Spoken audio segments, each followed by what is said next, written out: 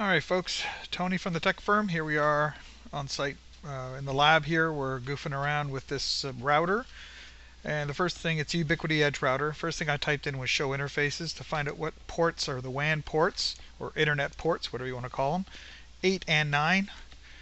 What I want to do is fix this, where you ping the public IP from yet another computer. This computer's outside of that network, and we can ping the WAN IP of this router.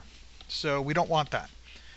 So I guess the easiest thing to do is if you go to Ubiquiti's website, they have a whole write-up on this, and I want to briefly show it to you.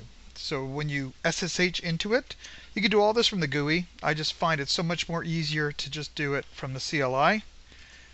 And I'm going to type configure. So now we're in configure mode, or for Cisco people, like a config T or terminal mode. I'm just going to copy it from my notepad, all the commands. And these commands will set the firewall rules for that router. And it's pretty well that easy. The last part of it is we have to apply these rules to the interfaces, which in our case is 8 and 9. Even though 8 is the active one, we want to make sure we set it for 9 as well in case it kicks in.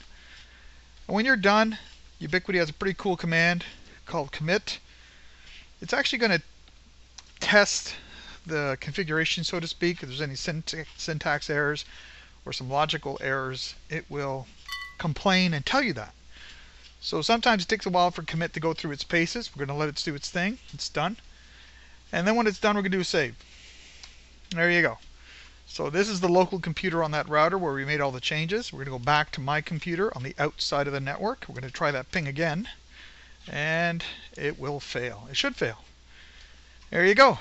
It's that easy, folks. Make sure that you at least do that with your routers, firewalls, anything facing the internet. Make sure you can't ping it or prevent some basic access to that device. Have a good day. Bye for now.